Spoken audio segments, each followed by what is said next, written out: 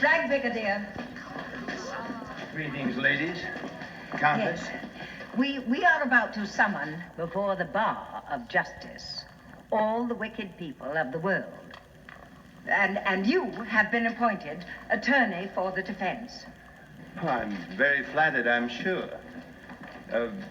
Do I know the defendants? Those terrible men at the cafe. Oh. Yes. What do we do now? Are you sure you know the defendants well enough to undertake the case? Oh, absolutely. I know them to the bottom of their souls. I go through their garbage every day. What do you find there? Mostly flowers. Oh. Is he trying to prejudice the case? Oh, no. No, Countess, not at all. I wonder, could I make a suggestion? Instead of speaking as attorney, why don't I speak directly as defendant? That way I'll get more into it. Excellent idea. If one is guilty, so are the others. It's the principle of guilt by association. Yes. Yes, very well. We'll grant you that motion. You shall have a fair hearing, which is more than they gave to dear President Wilson. What has he got to do with it? Well, if you don't know, really, I'm not prepared to enlighten you. Madame. Oh, it's most kind. Mademoiselle, s'il vous plaît. Is everybody ready? Gabriel, kindly remember where you are and conduct yourself accordingly.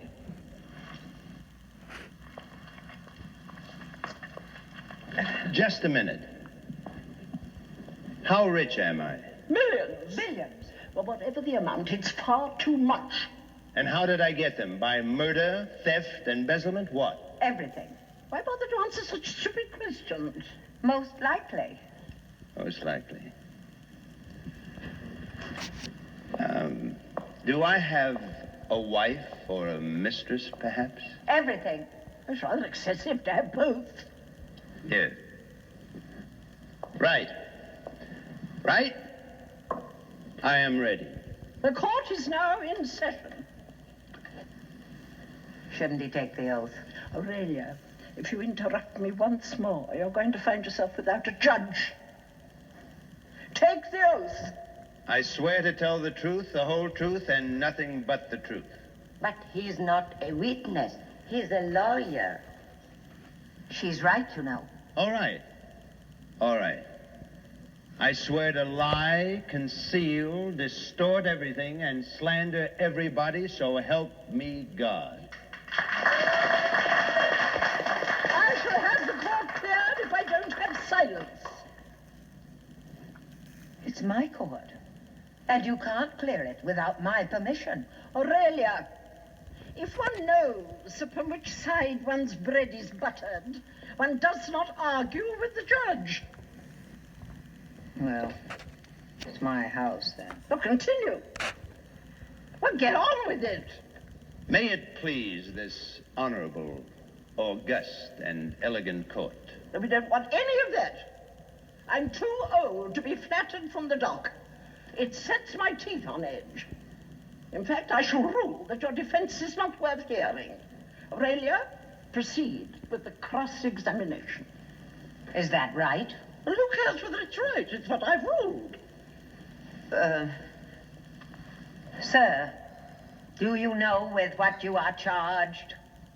I can't for the life of me imagine.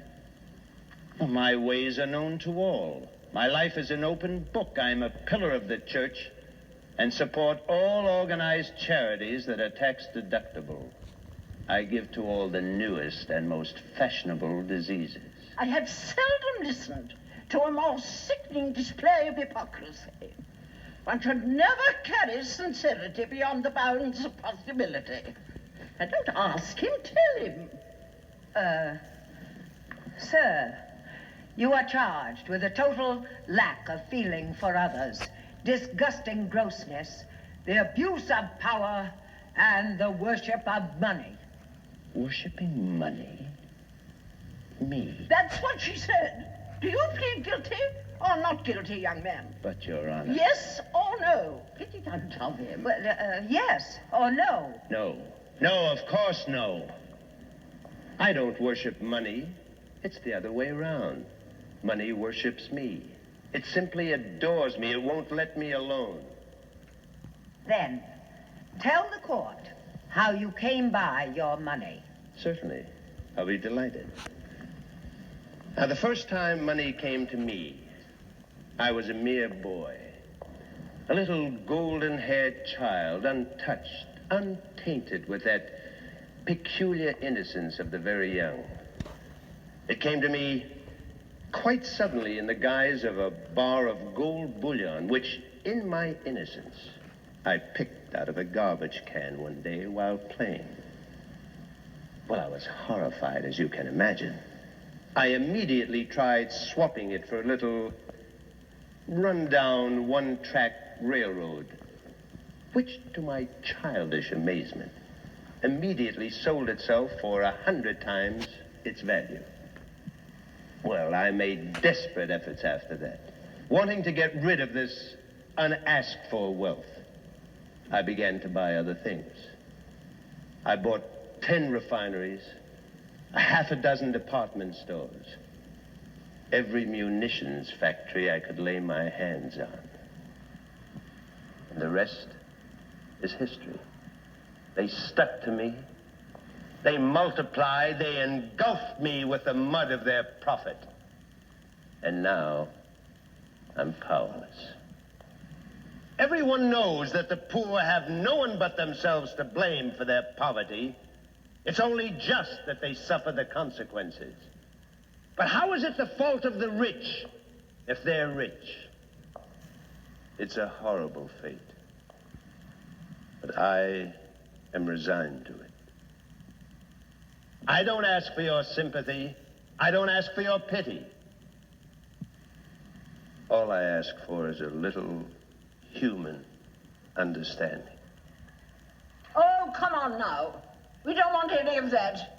Tears won't wash here. If you're so ashamed of your money, why do you hold on to it with such a death grip? Me? Yes, you! You think you should have it for nothing? You treat us like dirt. You never give without taking first. You never part with the franc. That I should have to endure such slander, such injustice. No, liar. No, injustice, I repeat. Injustice. It is a matter of fact faithfully reported in all the newspapers I own that I spend all my waking hours trying to rid myself of my money.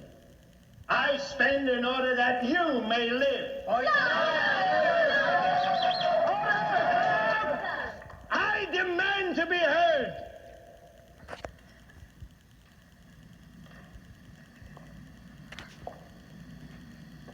If I have tan shoes, I buy black ones. Now, who benefits?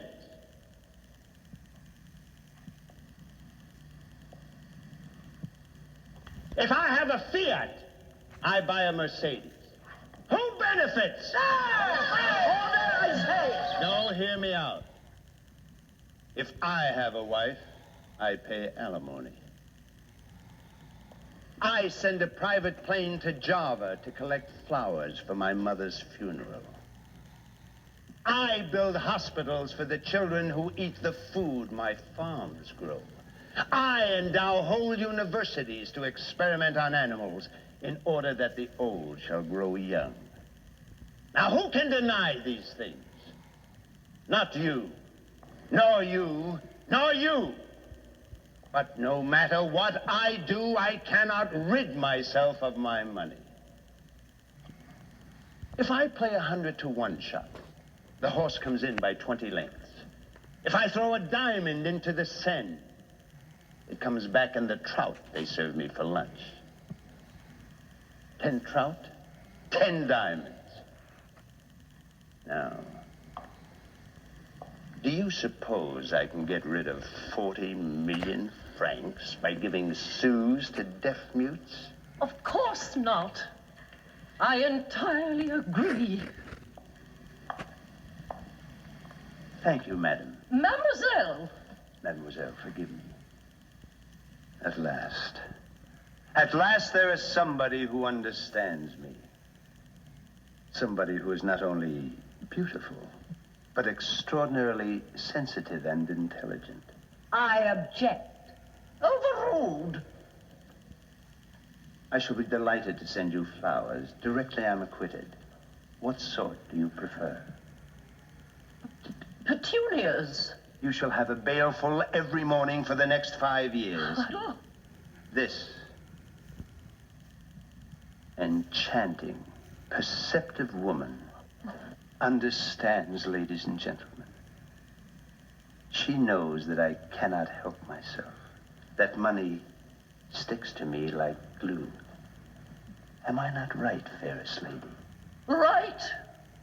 I thank you. And again, I thank you. Now, if one of you buys a stock, it sinks like a stone. But if I buy, it soars like an eagle. Not 10 points at a time, but 1,000. It goes to 20,000 overnight. That's how I bought my 12 chateaux, my 20 villas, my 234 farms. That's how I endow the opera and keep my 14 ballerinas. I hope they deceive you every hour of the day. How can they deceive me? Suppose they try. With the male chorus, the assistant electrician, the third violinist. What does it matter? I own them all. I have all women, or can have them, which comes to the same thing. Don't listen to this bit, Gabrielle. So, you think there are no women with morals? Only the rich can afford morals. For me, I mix morals with sable. A delicious combination. I drip pearls into protest. I adorn resistance with rubies. My touch is Givenchy. My smile, a Ferrari. Now, what woman can deny me? You see where money leads. Of course. Without money, nobody likes you. Nobody trusts you. Nobody believes you. Because to have money is to be virtuous, honest, beautiful, and witty. And to be without it is to be ugly and boring and stupid and useless. One last question.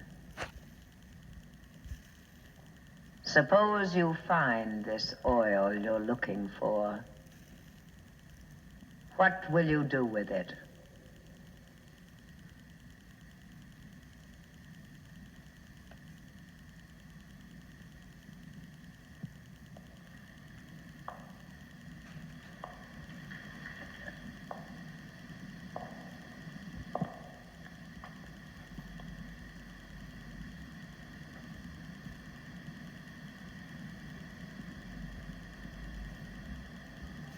I'll make war! I'll destroy what remains of the world! You have heard the defense such as it is. I demand a verdict of guilty. What do you mean, guilty? I am never guilty. I order you to be quiet. I am never quiet. Quiet in the name of the law. I am the law. My money elects the men who make the law. When they speak, I speak. And when I present my backside, it is etiquette to smile and apply the lips respectfully. Now, it is more than etiquette. It is a cherished national privilege, guaranteed by the Constitution. And anyone who thinks otherwise is a communist! That is contempt of court. The trial is over. And the verdict? Guilty! Guilty as charged. And I have full authority to carry out the sentence? Yes, Countess! I can do what I like with him?